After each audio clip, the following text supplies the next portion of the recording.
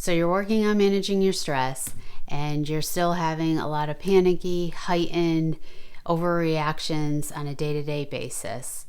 First question, is your stress anxiety? Second question, have you considered the fact that anxiety is not one size fits all when it comes to managing that type of stress? In other words, anxiety comes in many different forms, and there's different reasons or triggers behind why you're feeling this. If you do not target this specifically and individually in your day-to-day management, then you're not going to get the results that you want. Today, I would like you to have the opportunity to experience an approach to discovering what type of anxiety you're feeling and understanding your reasonings or triggers behind why you're feeling that. And lastly, learn about some tools that are available to you to specifically target your individual needs or areas of these types of anxiety that you feel, so you can calm your nervous system. You can get into a place of awareness to be able to handle looking at and working through the triggers or reasonings behind why you're feeling this. And lastly, go about your day being a lot more zen and getting this negative energy the heck out of your body. Welcome to Soul Science. I am Gia, your creator and host. This is where we get to discuss tools, techniques, and methods to freeing yourself from stress, from illnesses, injuries, and or traumas in your life. So with that said, let's get started and dive in.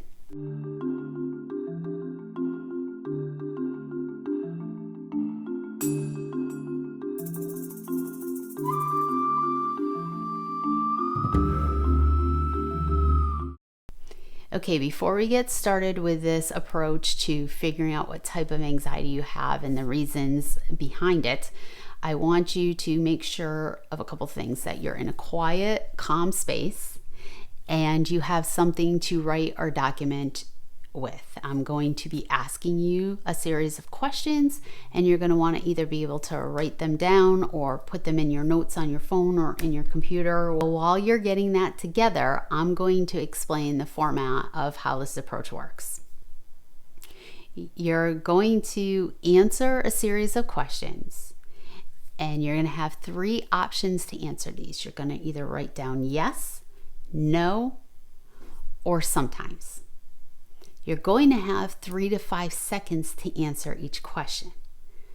This is because I do not want you to get into your logical brain where you start to really look at the question and think about how you want to feel about it, not how you truly feel. After that first 3 to 5 seconds, when we get our initial response that's real, even if it doesn't make any sense, what do we all do? We start thinking to ourselves, well, no, I really want this, or I really think this, or I really should feel this. So if your answer was a yes, you end up writing down a no. And if you do not get a true answer at the end of this exercise, it's not going to serve you when I start explaining the tools you want to use and how you want to use them. This is on video. It's really easy to stop and go back and look at the question again and manipulate it. I'm going to ask you to try not to do that. Typically, I do not do this as a video. When I work with clients, it's in a situation where it's live and they cannot manipulate the answers and we have to move on. So up to you, but again, I encourage you not to stop the video and go back and re-ask the question and manipulate it. If you miss something, just move on and go to the next question. Quiet, calm space. Something to answer your questions, and it's going to be a yes, no, or sometimes. You're going to have 3 to 5 seconds to do that, and then we're going to move on to the next question. I'm also going to take myself off this video because I do not want you looking at me. This is introspective. You need to get in tune with yourself and really get that answer to come up. And if you're focusing on me, it's going to change what you feel and think and what you answer. With that said, let's get started. I'm going to go into my first question in just a moment. So let's start with our first question. Do you often find yourself anxious or fearful, or experience vaguely troubling nightmares, yet are at a loss to understand what is causing or prompting these feelings? Do you seem to have pronounced psychic sensitivity, easily registering impressions from unseen or unknown sources? Do you need to bring more spiritual strength and confidence to your daily life, transforming fear and anxiety to more wakeful perception and inner knowing? Now, I want you to just write down number 2, and I'm going to ask some questions. Do you doubt your own intuitive assessment of people or situations, frequently relying on the counsel of others? Do you commonly find yourself regretting choices you have made, realizing you are not in touch with your own inner wisdom at the time of the decision?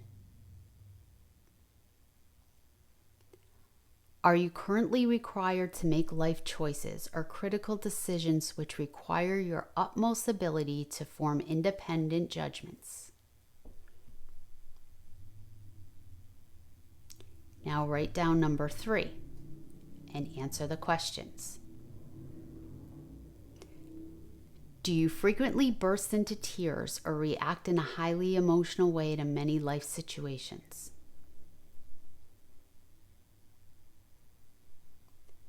Do you often feel a lot of tension or congestion in your stomach or core or gut area, as though there are many feelings stored there?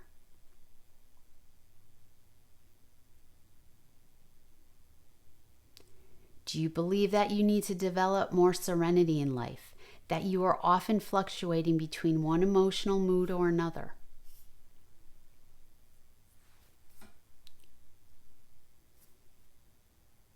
Write down number 4. I'm going to ask some questions. Does the idea of aging really scare you, especially the fact of physical death?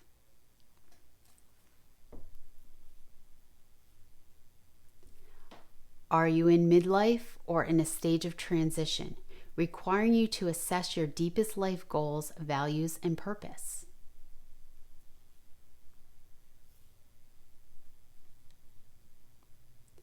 Are you currently experiencing a life-threatening illness or other crisis which prompts you to consider the meaning and purpose of your life and spiritual identity?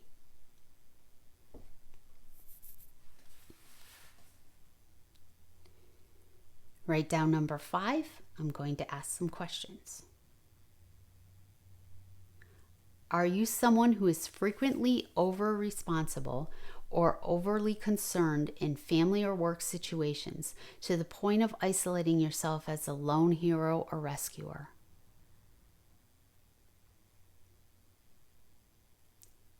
Do you readily assume major tasks or responsibilities only to find yourself completely overwhelmed or otherwise dysfunctional?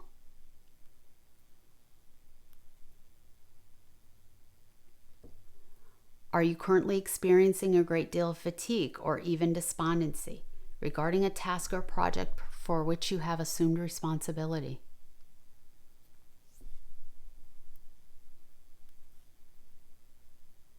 Write down number 6. I'm going to ask some questions. Would you describe yourself as a nitpicker, someone who is often preoccupied with even the smallest details at home or work?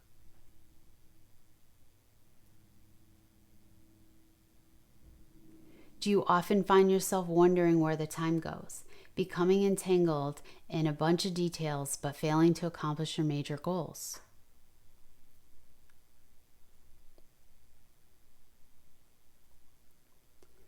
Is it common for you to worry or become hyper-focused towards some event, person, or object, often out of proportion to its actual importance?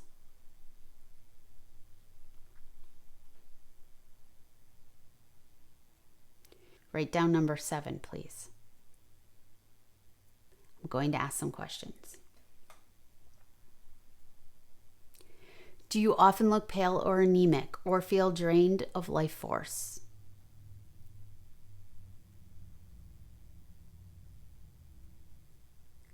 Do you tend to be nervous, easily frightened, or apprehensive, in need of more strength and vitality?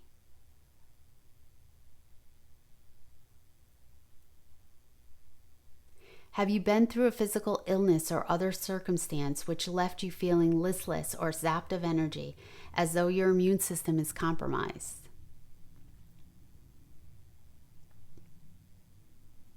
Write down number 8. I'm going to ask questions. Do you often get performance anxiety when in front of others?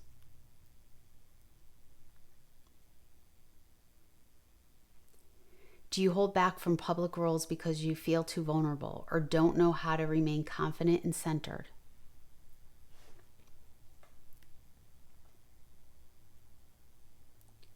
Are you an artist or in a similar lifestyle which demands great sensitivity and inner awareness, yet also exposes you to public scrutiny?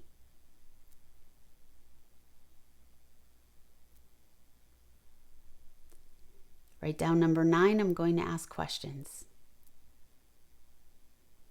Do you frequently find yourself ignoring or compromising your real values or feelings in order to gain social approval or acceptance from others?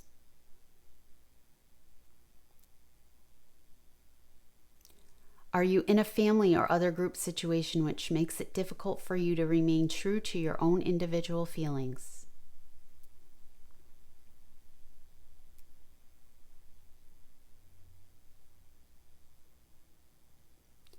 Do you find that you seldom take time to be alone with yourself or to get in touch with your deepest needs, goals, or visions?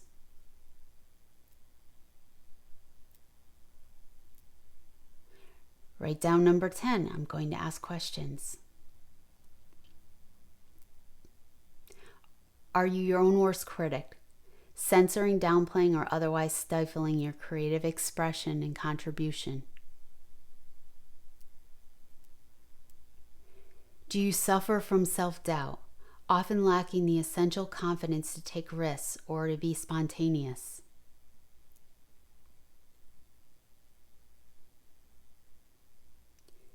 Does your own fear of failure or expectation of criticism from others hold you back from making a unique or creative contribution in your work, community, or social group?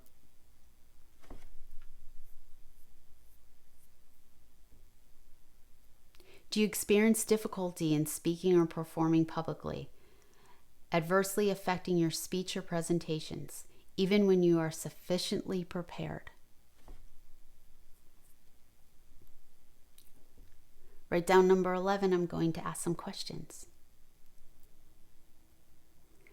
Do you find that you frequently shortchange yourself from a full experience of life, isolating yourself due to nagging fears or worries?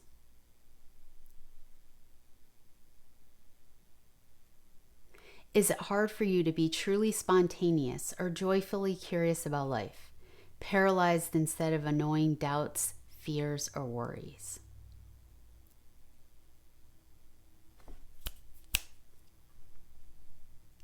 Is it hard for you to be truly spontaneous or joyfully curious about life, instead paralyzed by annoying doubts, fears, or worries?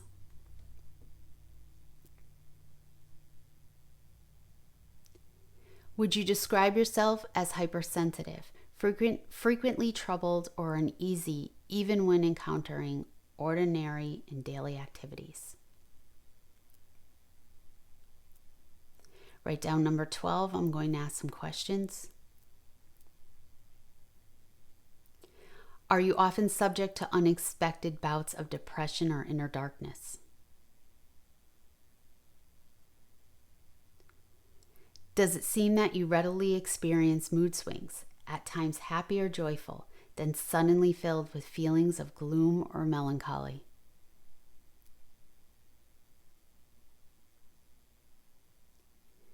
Is it difficult for you to grasp the causes of your depression or anxiety as though it comes from outside you like a dark cloud? Write down number 13. I'm going to ask questions. Do you have a disposition that could be described as macho, a tough, cool persona which seems impervious to emotions?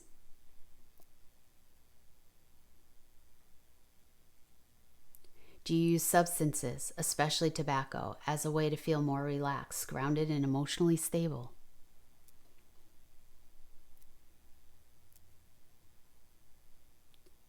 Do you often find yourself needing to blunt or numb your feelings in order to cope with the harsh and stressful environment around you? Write down number 14. I'm going to ask questions. Do you suffer from intense feelings of shame or vulnerability, feeling you need to protect yourself from exposure to others? Were you deeply wounded or violated in the past, so much so that it's hard for you to take emotional risks with others? Is it hard for others to touch the deepest feelings in your heart, as though you feel very wary or even fearful of their intentions? Write down number 15. I'm going to ask questions. Do you invest a great deal of time or money in your personal appearance? Do you feel a sense of shame or unease if your personal appearance or physical body is less than perfect?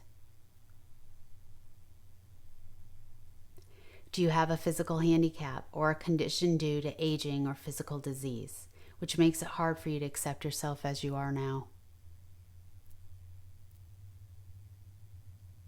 Write down number 16. I'm going to ask some questions. Do you speak in a flat, monotone, or unexpressive voice? Do you stutter or stammer when you speak, or have other difficulty fully expressing yourself? Do you need to bring more colorful and creative expression to your speech and your general way of presenting yourself?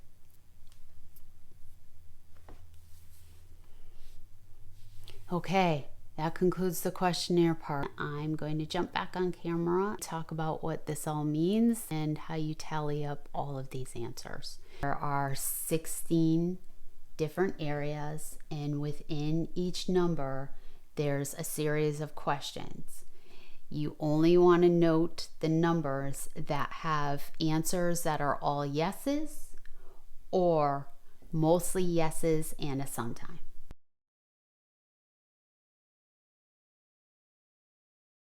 All right, if you're still tallying up and putting together your information, you can go ahead and just stop this video at this point, pause it for a moment, and you want to note the ones that, again, have all the yeses or have the yeses and a sometime.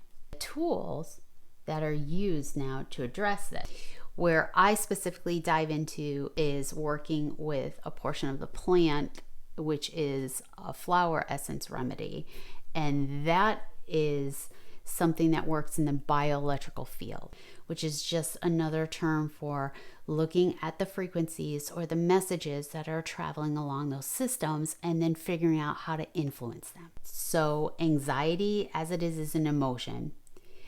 It's a message that travels along your bioelectrical systems, which is your cardiac and nervous system. So when you're taking one of these plant remedies, it's creating a frequency that balances out the lower frequency of the anxiety that you're feeling. It helps lift it up, and by doing so, instead of being so overwhelmed and traumatized and hit by this frequency of anxiety, that's enough for us to be able to then shake this out of our system so it doesn't store anywhere inside of us. Move this energy out, because it's all you're doing is moving out energy.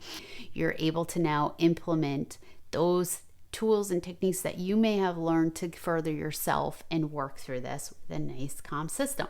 And then do what you need to create new response patterns in your day so that you're not flipping out on the people that you love or the animals that you love, or having road rage driving in the car, or finding yourself curled up in a ball with hysterical tears when something happened in your day that really shouldn't affect you at that level. With that said, if you look at the little numbers here, 1 through 16, there's going to be different plant remedies that are going to match with those numbers. For example, number 3 would be chamomile. How you can use chamomile to calm yourself and work with your anxiety that comes in the form of an essence. And you would dose that at a certain amount, at a certain rate throughout your day for a certain duration or time period, meaning a day to weeks. And while you continue to work on the thought, emotion, behavior process behind what's causing that kind of anxiety, that's chamomile is going to help match to that so that you can do the work you need. I'm not going to go into all the individual plants and the remedies from 1 to 16. I'm going to actually save that and start talking about each one individually in a series of Plant Medicine Mondays that are going to be the next videos coming up. You're going to want to watch those and keep in mind your number, because I'll be talking about number 1 and then number 2 and number 3 and so on and so forth. And you'll be able to go to the video that's going to be most appropriate for you. Lastly, before I cut out, I just want to let you know, typically I do not just work with one plant when I'm working with a client. I do a series of different tactics and techniques and strategies with coaching with my folks, and then also mixing them custom remedies that will have anywhere from 7 to 15 different plants in that, so that we can respond the way we want to going forward in life, which puts us in a lot more control over our level of emotional intelligence, over our behaviors or reactions to things, and really overall how we think about things, right? When we truly want to manifest our future outcomes, we need to be able to do that. We need to be able to have emotional intelligence. We need to be able to have some sort of mind control, meaning working with our thoughts, getting a grasp over them and redirecting them. And we also don't want to store things up in our body. Again, I hope this was helpful. Stay tuned for the next videos, especially Plant Medicine Mondays, where you're going to have the opportunity to learn specifically about the number that affected you. Have a great day. Stay stress-free.